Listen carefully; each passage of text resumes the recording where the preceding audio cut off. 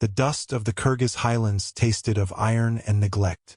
It settled on the pitted helipad as the Mi-8, a relic of a forgotten war, beat its final, shuddering retreat into the bruised purple sky.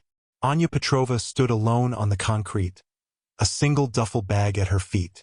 The wind, a thin and constant blade, tugged at the collar of her worn field jacket, whipping strands of dark hair across a face that gave nothing away. She catalogued the compound in a single sweeping glance.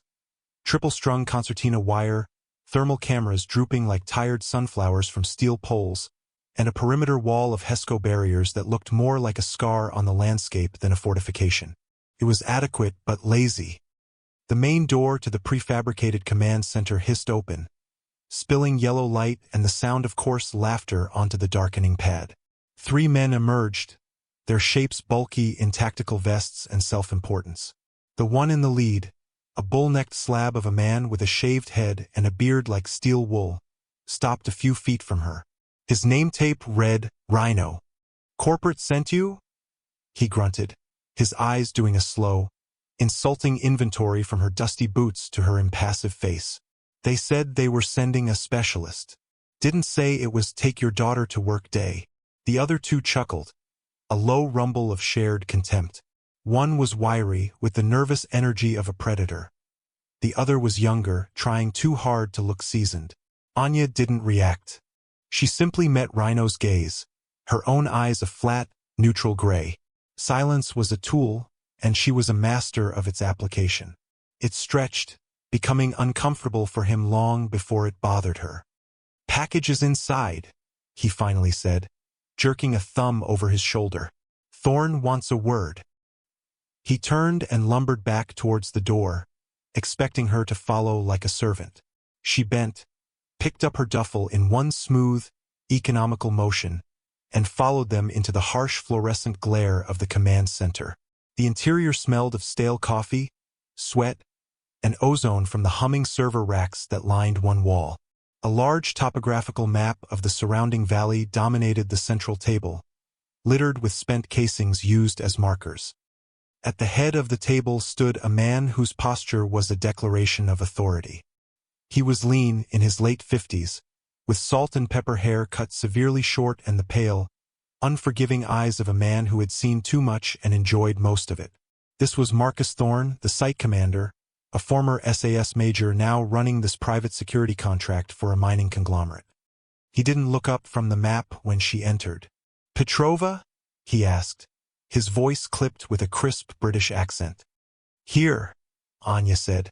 The single word was quiet but carried across the room. Thorne finally lifted his head, and his eyes narrowed slightly. He took in her appearance, the unassuming jacket, the practical cargo pants, the lack of any visible weaponry or overt tactical gear. She looked like a field geologist, not the high-threat extraction consultant his employers had insisted on sending. "I was expecting someone with a different resume," he said, the pause heavy with meaning.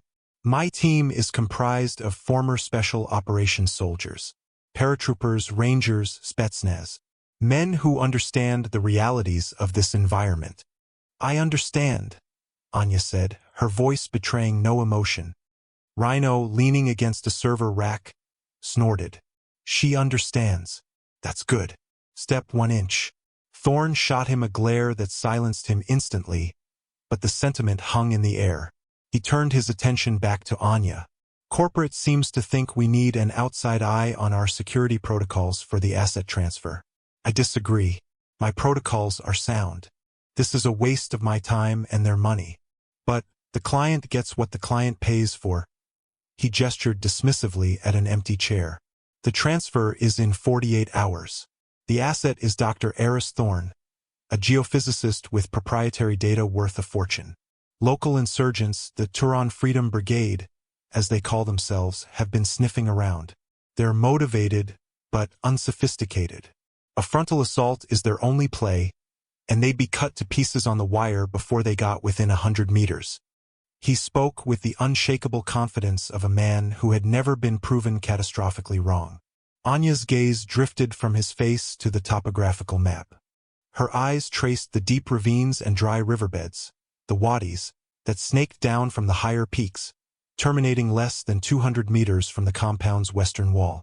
Natural, covered avenues of approach. "You have listening posts in those wadis?" she asked, her voice calm and even. Thorne's jaw tightened.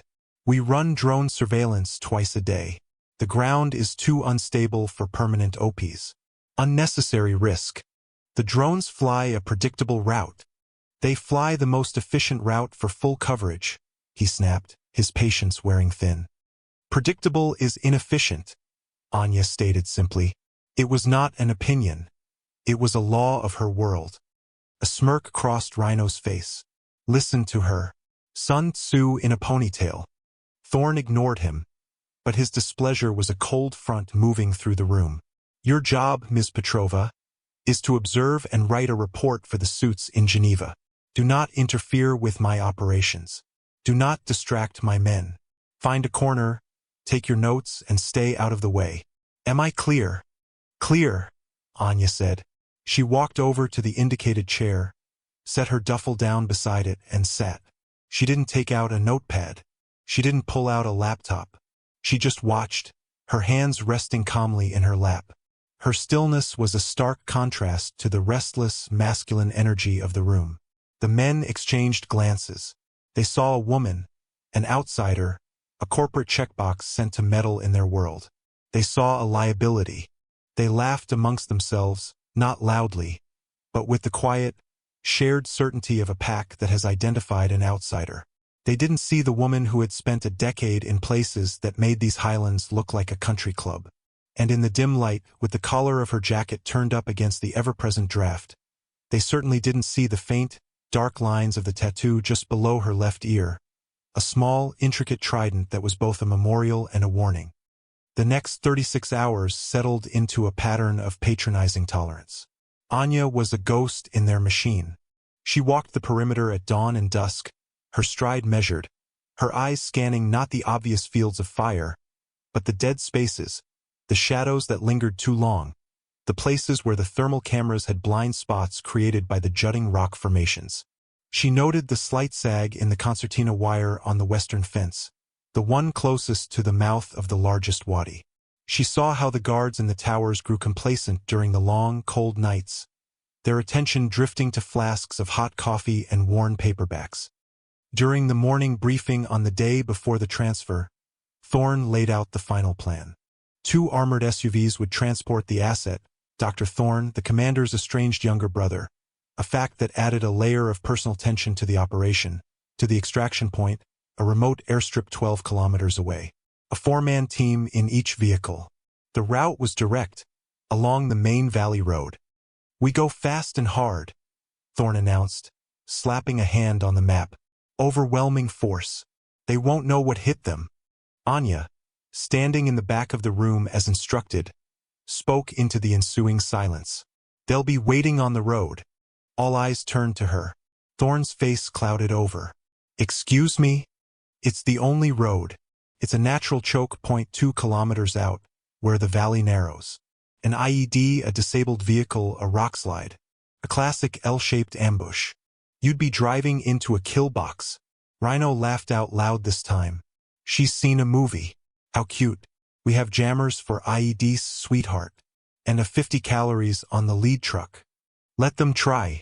"It's not the primary attack," Anya continued, her gaze fixed on Thorne.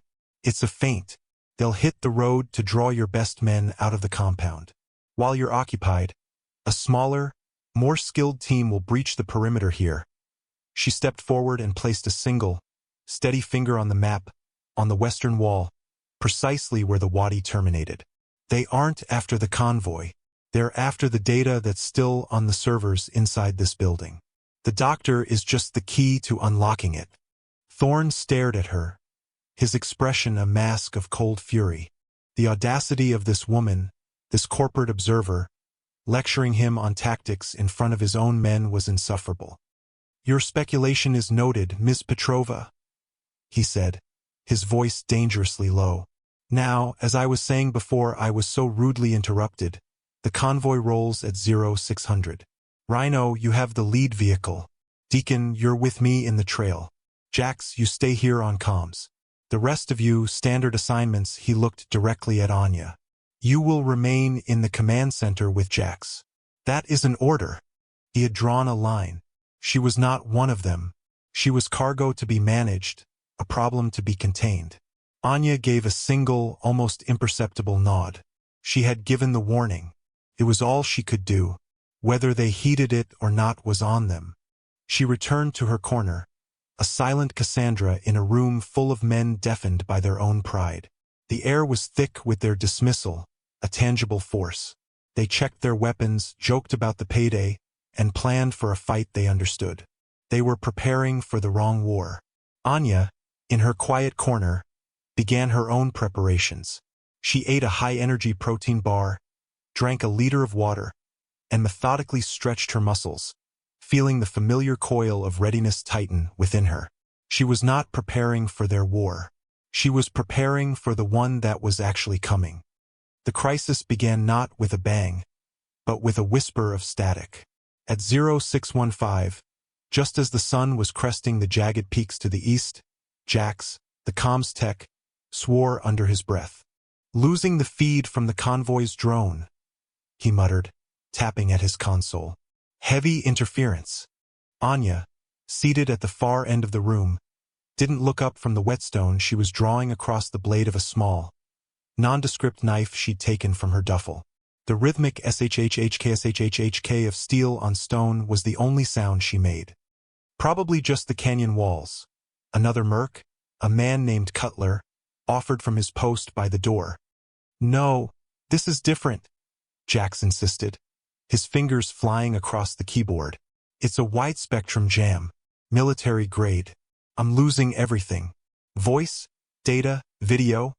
His voice trailed off as the main screen, showing a satellite link to Thorne's convoy, dissolved into a blizzard of digital snow. A single, ominous word appeared in red. NO signal. Anya set down her knife and stone.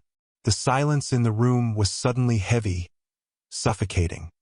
Thorne's blind, Cutler said, his earlier confidence gone. Before Jax could respond, the world outside erupted. It wasn't the thunderous crump of an IED on the road miles away. It was the sharp, distinct crack of a suppressed sniper rifle, immediately followed by the sickening thud of a heavy-caliber round punching through the metal wall of the command center. The bullet ripped through a server rack, and a shower of sparks rained down as the entire system shorted out with a deafening electronic scream. The lights flickered, died, and then came back on under the stuttering power of the backup generator, casting long, dancing shadows. Then came the explosions. Not large, but precise. One hit the base of the main comms tower, which groaned and then toppled with a screech of tortured metal. Another detonated against the concrete housing of the backup generator. The lights died for good, plunging the room into near-total darkness, relieved only by the red emergency strobes that now kicked in, painting the room in hellish, pulsing flashes. Contact west! Contact west! A voice screamed over the internal radio network, laced with panic. It was one of the tower guards. They're coming out of the wadi. They're already at the wire. Jax was frantically trying to get the comms back online, his face pale in the intermittent red glow. Cutler was crouched by the door, rifle up, peering through the ballistic glass slit. I can't see anything. Where are they? They cut the perimeter lights. Anya's voice cut through the chaos, calm and clear. She was already on her feet, moving with a fluid grace that was unnerving in the disorienting strobes. The sniper took out the generator. The jamming signal is covering their approach. This isn't the main assault. This is a decapitation strike. Another volley of suppressed shots stitched across the building. Bullets hammered into the walls. One shattering the armored window. Cutler was looking through, sending him diving for cover with a cry of alarm. The panicked voice from the west tower was abruptly silenced mid-sentence. Jax, get off the console, Anya commanded. They know you're in here. They'll saturate this building. We need to move. Move where? Jax stammered, his hands frozen over his useless keyboard. Thorne's orders were to hold this position. Thorne's orders just got a tower guard killed, Anya said. her voice like ice. His plan is irrelevant now. She moved to the room's emergency locker and kicked the lock. The metal shrieked and gave way. Inside were two M4 carbines, extra magazines, and a medical kit. She tossed a rifle and a chest rig loaded with magazines to Jax. "Do you know how to use this?" "I was a signals analyst," he said, fumbling with the weapon. "Good enough. Stay behind me. Shoot at anything that isn't us." She slung the other rifle over her own shoulder, her movements economical and sure. She didn't bother with a vest from the locker. It would only slow her down. Speed was her armor now. She grabbed the medical kit and a flashbang from the locker before kicking it shut. Outside, the disciplined chatter of enemy radios, audible now in the relative quiet, replaced the panicked shouts of the compound's defenders. The attack was coordinated, professional. The remaining tower guards were being picked off one by an unseen marksman. The heavy machine gun emplacement on the roof, the one Rhino had been so proud of, remained silent. His crew was likely already dead. "Where's the asset?" Anya asked, her voice low. "Dr. Thorne? He's in the geolab, the next building over," Jax whispered, his eyes wide with fear. "It's a hardened structure." "Nothing is hardened if they have time," Anya replied. "They'll breach it. They want him alive, but they won't be gentle." She moved to the far wall, away from the main door everyone assumed was the only exit. Tearing a fire extinguisher from its mount, she used it as a ram, striking a specific point on the drywall between two steel studs. On the third strike, the plasterboard gave way. Behind it was the building's uninsulated metal shell. "What are you doing?" Cutler demanded, still huddled by the main entrance. Anya didn't answer. She braced herself and kicked the thin metal sheeting. It buckled outwards with a loud clang. Another kick, and a jagged opening appeared, leading into the darkness outside. The sounds of the assault were louder now, the soft thud of boots on gravel, the clipped orders in a language she recognized as Pashto. "They're expecting us to turtle up in here or make a run for the main gate," she said, peering through the hole. "They won't be watching the back wall." She looked at the two terrified men. "The command center is a tomb. The lab is the objective. We can hold it or we can die here. Your choice." Cutler looked from the bullet-riddled main door to the dark, uncertain hole Anya had made. The choice was obvious. He scrambled over, rifle held tight. Jax followed, his face a mask of disbelief. They had been in the middle of a catastrophic failure, a complete breakdown of command and control. In less than 2 minutes, this woman, this corporate observer they had mocked, had assessed the situation, formulated a plan, and created a path. For the first time, a flicker of something other than contempt entered their eyes. It was a desperate, grasping hope, and it was all focused on her. The cold night air was a shock after the stale confines of the command center. Anya slipped through the jagged hole she'd made in the wall, her feet making no sound as they touched the gravel. She melted into the deep shadow cast by the building, motioning for Jax and Cutler to follow. The pulsing red strobes from the crippled building cast their escape in a series of frozen, nightmarish tableaus. Sounds were magnified in the darkness. The distant, rhythmic thump-thump-thump of the enemies suppressing fire on the barracks, the crunch of Jax's boots on the loose stone, the ragged sound of Cutler's breathing. Anya moved with a predator's certainty, her head on a constant, slow swivel. She wasn't just looking. She was listening, smelling, sensing. The air tasted of cordite and ozone. The geolab was 50 meters away, a squat, windowless cube of reinforced concrete. Between them lay an open service yard littered with empty fuel drums and stacked crates. It was a killing field. "We can't cross that," Cutler whispered, his voice trembling. "The sniper. He's watching the main approaches," Anya countered, her voice barely a breath of sound. "The barracks, the armory, the gate. He's supporting his team's assault. He's not looking for rats leaving a sinking ship." She pointed to a line of large, empty water conduits lying on the ground, waiting to be installed. They formed a broken line of cover, a shallow trench leading halfway to the lab. "We use those, low and fast. I'll go first." Wait for my signal. Before they could object, she was gone. She didn't run. She flowed across the ground, her body so low she seemed to be part of the earth. She moved from shadow to shadow with an unnatural speed and silence that defied the clumsy reality of combat. She reached the first conduit pipe, pressed herself against its cold, curved surface, and held perfectly still for a full 10 seconds, observing. A burst of automatic fire ripped through the air, aimed at the far side of the compound, confirming her theory. The main assault was a distraction, designed to draw and fix the remaining defenders. The real prize was the lab.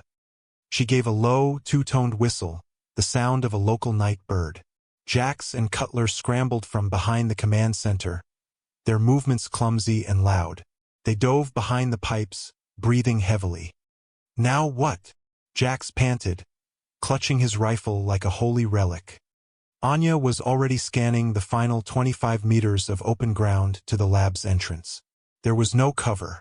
It was a pure dash. When I move, you give me covering fire. Aim for the roof of the barracks.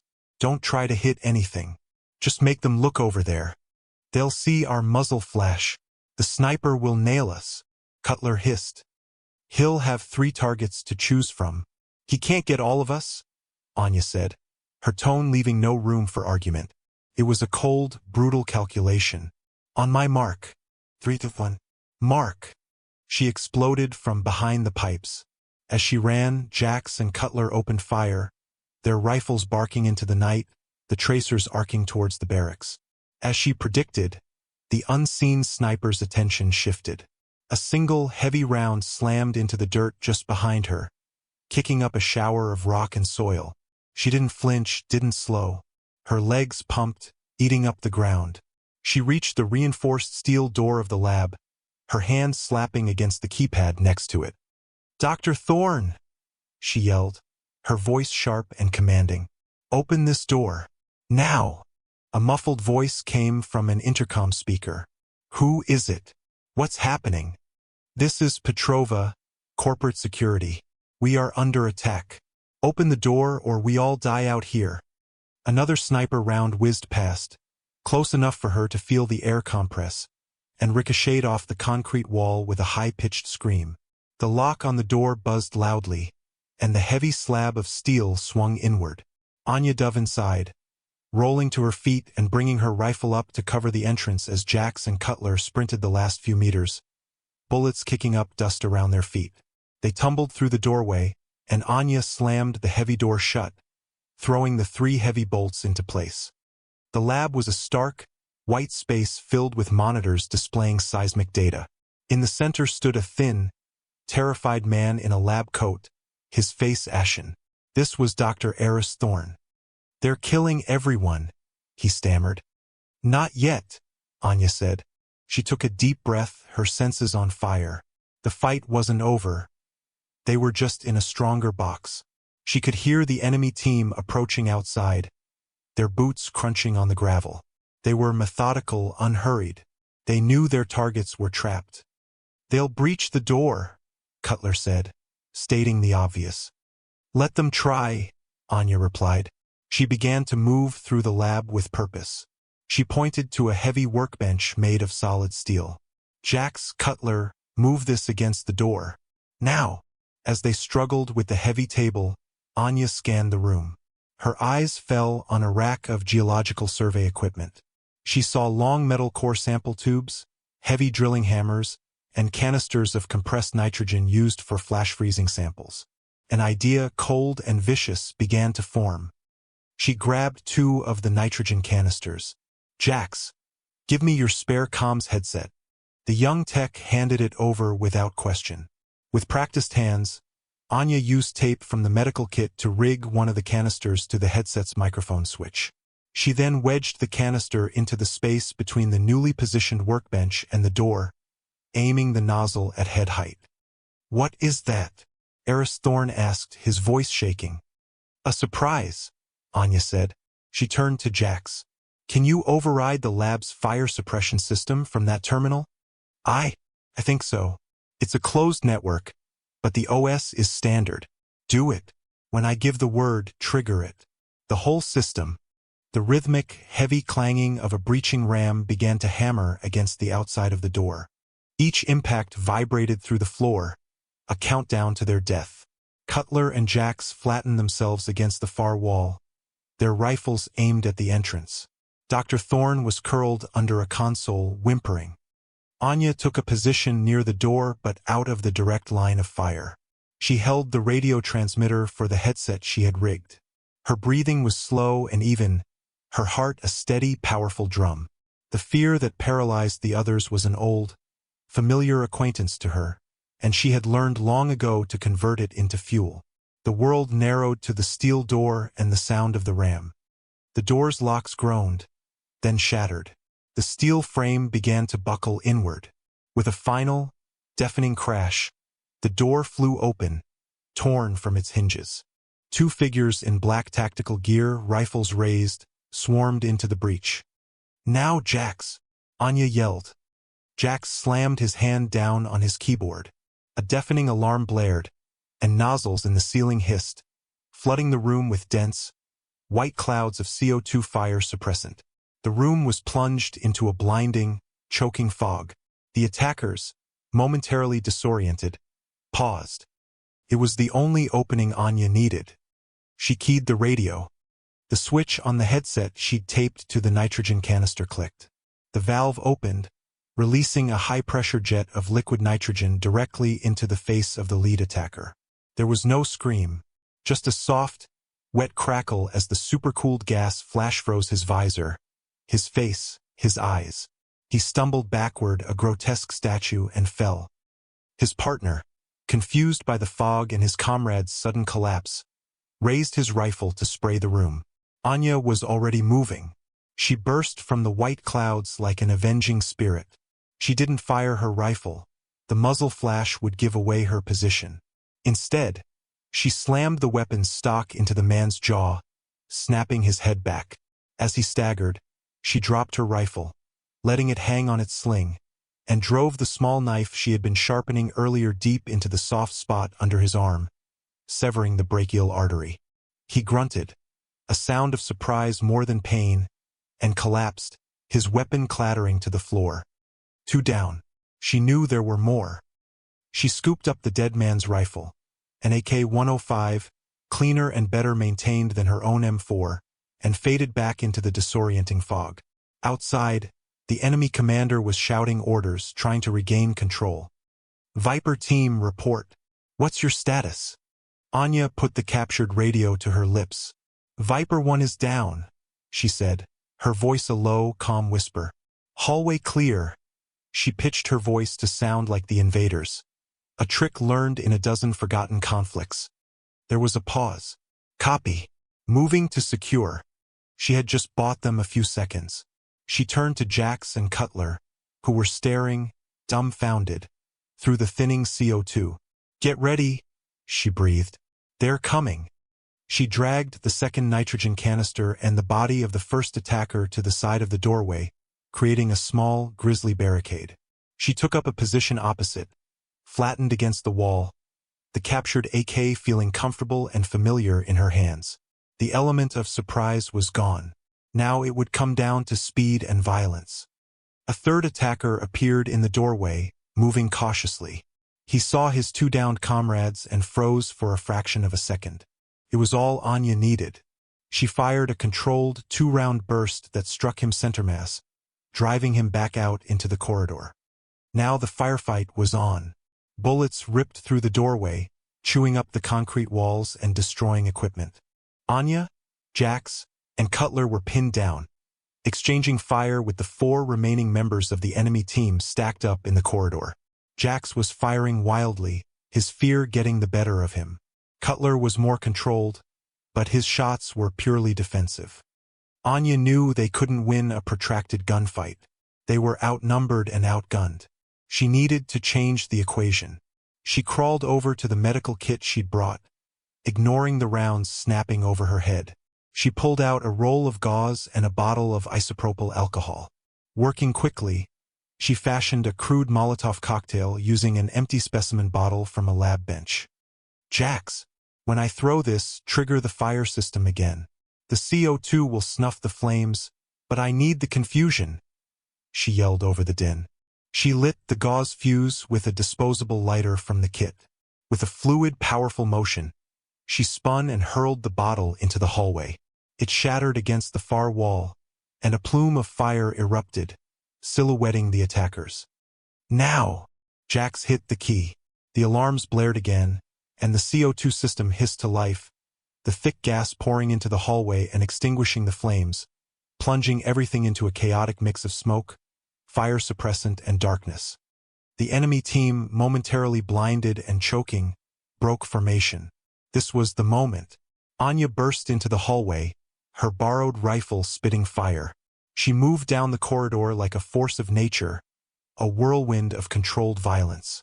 One attacker, turning to face her, went down with a burst to the chest. Another tried to raise his weapon but was too slow.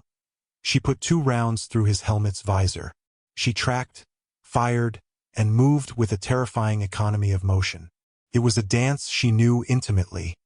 In the lab behind her, Jax and Cutler watched in stunned silence as the muzzle flashes illuminated her deadly progress down the hall. This was not a corporate consultant.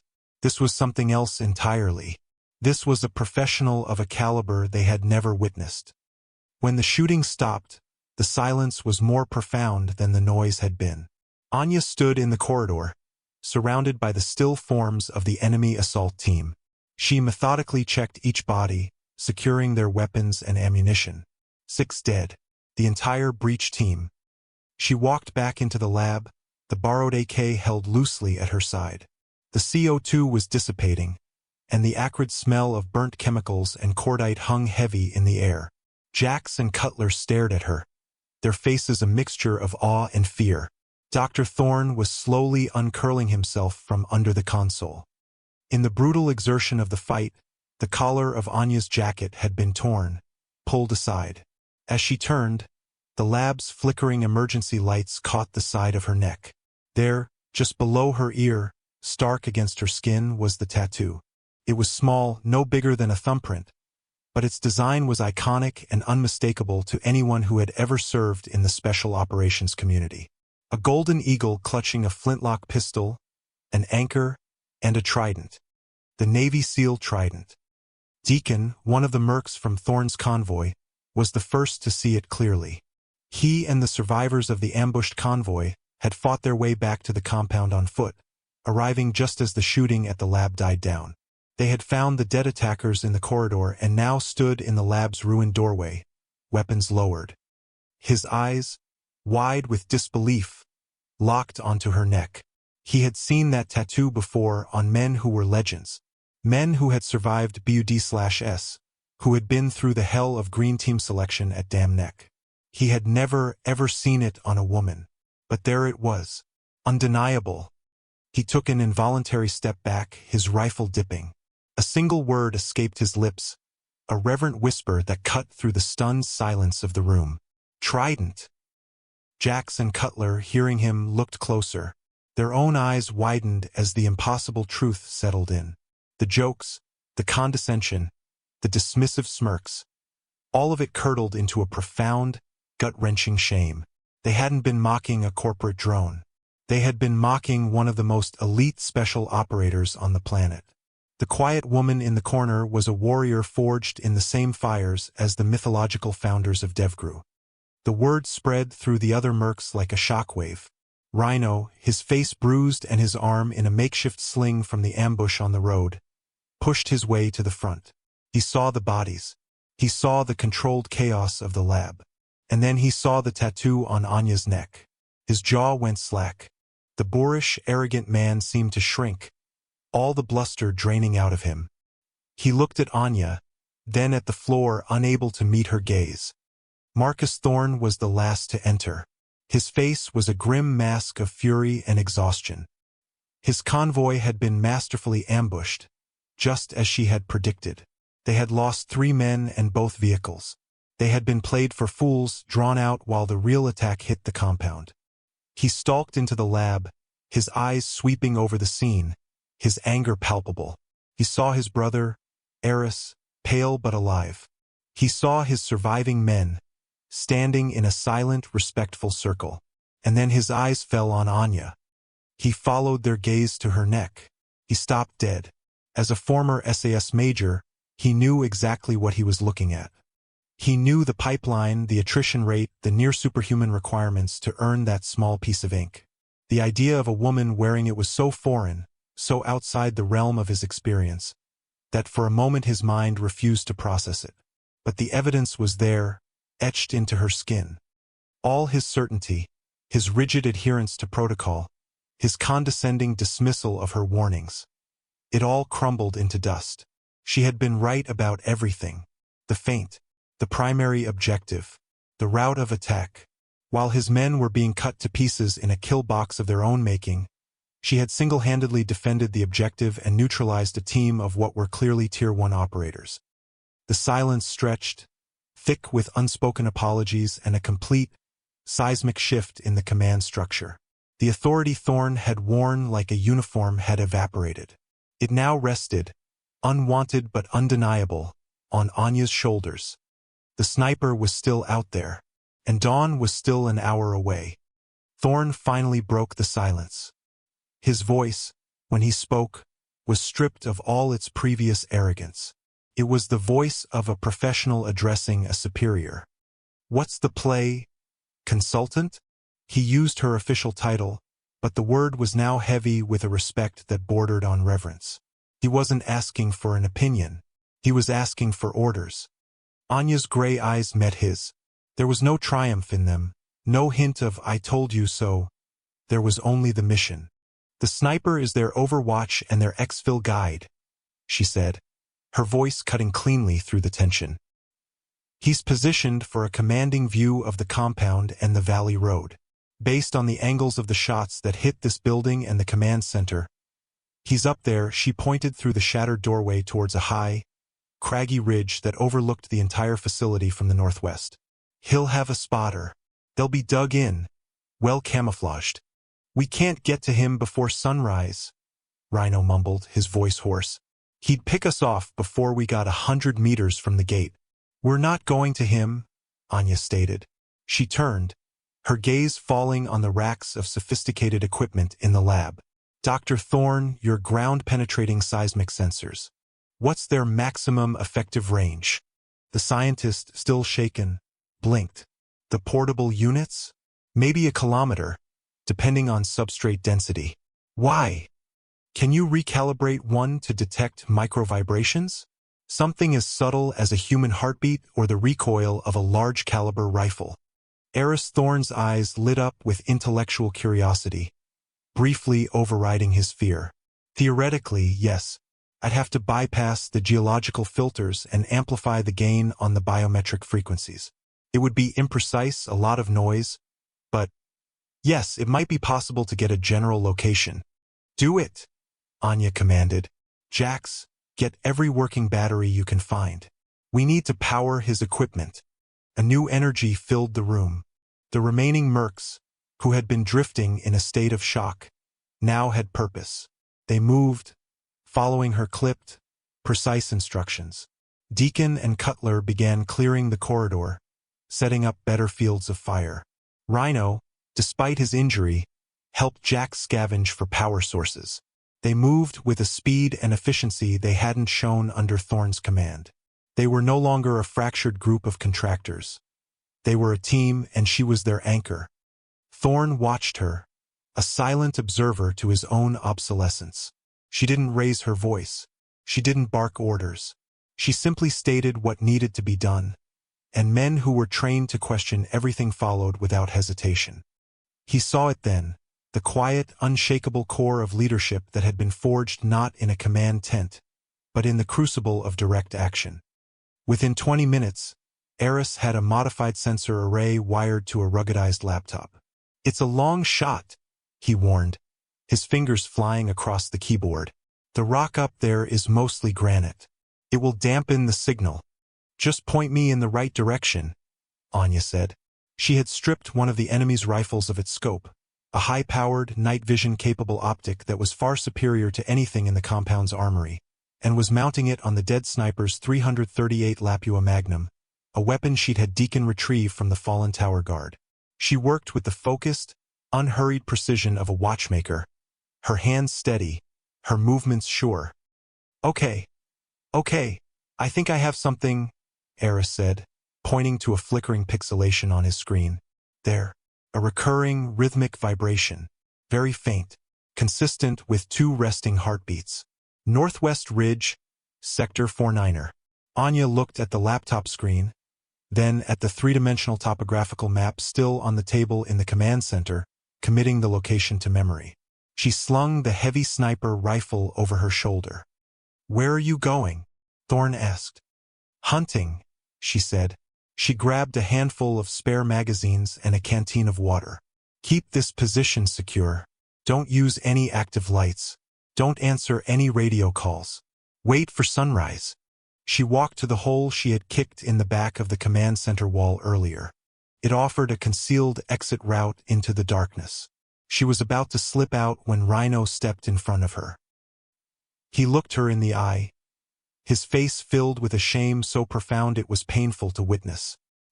What I said before," he stammered. "I was wrong. I'm a damn fool." Anya simply looked at him.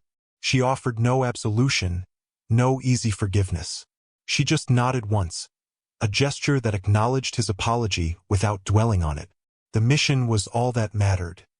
Then she was gone, swallowed by the pre-dawn gloom. The men were left in the silence of the battered compound, their fate now in the hands of the woman they had ridiculed. They could do nothing but wait and trust in the lethal professional who was now moving through the mountains like a ghost, on her way to settle the score. The sun began its slow ascent, spilling liquid gold over the eastern peaks. The harsh shadows that had cloaked the highlands began to retreat, revealing the full scope of the night's violence. The toppled comms tower, the bullet-pocked walls, the dark stains on the gravel. It was all laid bare in the clean morning light. Inside the lab, the remaining men waited. The tension was a physical presence. Every snap of the cooling metal roof, every gust of wind, made them jump. They watched the northwest ridge, a silent, menacing wall of rock, expecting at any moment the crack of a rifle shot that would signal Anya's failure. But the shot never came. The sun climbed higher, warming the air. Thorn stood by the shattered doorway, binoculars pressed to his eyes, scanning the ridge until they ached. Nothing. No movement. No muzzle flash. Just silent, empty rock. An hour after sunrise, a figure appeared, walking slowly, deliberately, down the main track leading to the compound gate. It was Anya. She wasn't carrying the heavy sniper rifle. She had her own M4 slung over her back, and she moved with the steady, weary gait of someone coming off a long watch. Deacon opened the gate for her. The mercs formed a silent gauntlet as she walked through. No one spoke. No one needed to. Their faces, etched with exhaustion and a new, profound respect, said everything. She walked past them, her gaze fixed ahead, and entered the command center. Thorn lowered his binoculars and met her inside. The room was a wreck of destroyed electronics and debris. "Is it done?" he asked, his voice low. Anya didn't answer verbally. She reached into a pouch on her belt and tossed 2 items onto the map table. They landed with a soft, metallic click. 2 military dog tags, and a spotter's data book, proof of the kills. Thorn looked at the tags, then back at her. The chasm of experience and skill between them was now fully apparent to him. He had been a commander. She was a weapon. He cleared his throat. "The extraction chopper will be here in 2 hours. Corporate is pleased. They want a full report." "You can write it," Anya said. She walked over to the water cooler, the only piece of equipment still functioning, and filled her canteen. "Just tell them their security protocols were inadequate." She took a long drink, the water cool against her parched throat. The silence in the room was absolute. It was the sound of total, unconditional respect. It was the deference owed to a master of a violent craft by those who were merely practitioners. Later, as the first rays of direct sunlight streamed into the compound, Anya sat alone on the edge of the helipad, the same spot where she had landed less than 2 days before. She had her small personal kit open in front of her. With a soft cloth and a bottle of oil, she was methodically cleaning her knife, the same one she had used in the lab. Her movements were ritualistic, precise, a form of meditation. Thorne approached and stood a few feet away, not wanting to intrude. He held out a steaming metal mug. "Coffee," he said. It was the only word he could find. Anya looked up. She took the mug, her fingers brushing his. She nodded her thanks and took a sip, her eyes on the distant, silent ridge. The morning sun caught the side of her neck, illuminating the trident. It no longer seemed like a simple tattoo. It looked like a brand, a symbol of a covenant she had made with a world these men could barely comprehend. They had laughed at her because she was a woman in their world. They were silent now because they realized it had never been their world. It was hers. They had just been visiting.